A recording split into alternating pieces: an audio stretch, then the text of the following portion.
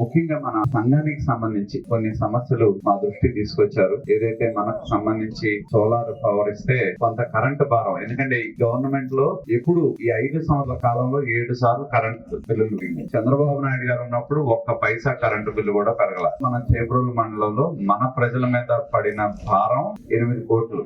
ఇది 50 అయ్యేది 100 అవనేయండి, 100 అయ్యేది 200 అవనేయండి, 200 అయ్యేది 400 అవనేయండి. మీరు కనుక పొరపాటున కరెంటు బిల్లు 300 యూనిట్లు దాటితే మీకు వచ్చే కార్డు బాధ్యత, మీకు వచ్చే పెన్షన్ బాధ్యత, మీకు వచ్చే అమ్మఒడి బాధ్యత. ఆ 300 యూనిట్లు దాటకుండా కావాలంటే మనం ఫ్యాన్లు ఆపుకోవాలి, లైట్లు ఆపుకోవాలి. అలాగే కమ్యూనిటీ ఫెసిలిటీ సెంటర్ చెప్పారు. ఎండాకాలం తడవకుండా ఉండాలి అంటే ఒక షెడ్ ఏర్పాటు చేస్తే బాగుంటుందనే ఆలోచన కూడా చెప్పడం జరిగింది. కాబట్టి ఆ స్పేస్ ఎక్కడన్నా మీ దగ్గర కనుక ఉంటే ఖచ్చితంగా మీ వస్తువులు పెట్టుకోవడానికి, వర్షాకాలం ఇబ్బంది పడకుండా ఉండటానికి కమ్యూనిటీ షెడ్ ఏర్పాటు చేసే విధంగా చేస్తామని చెప్పి సభాముఖంగా మీ అందరూ కూడా తెలియజేస్తా ఉన్నా.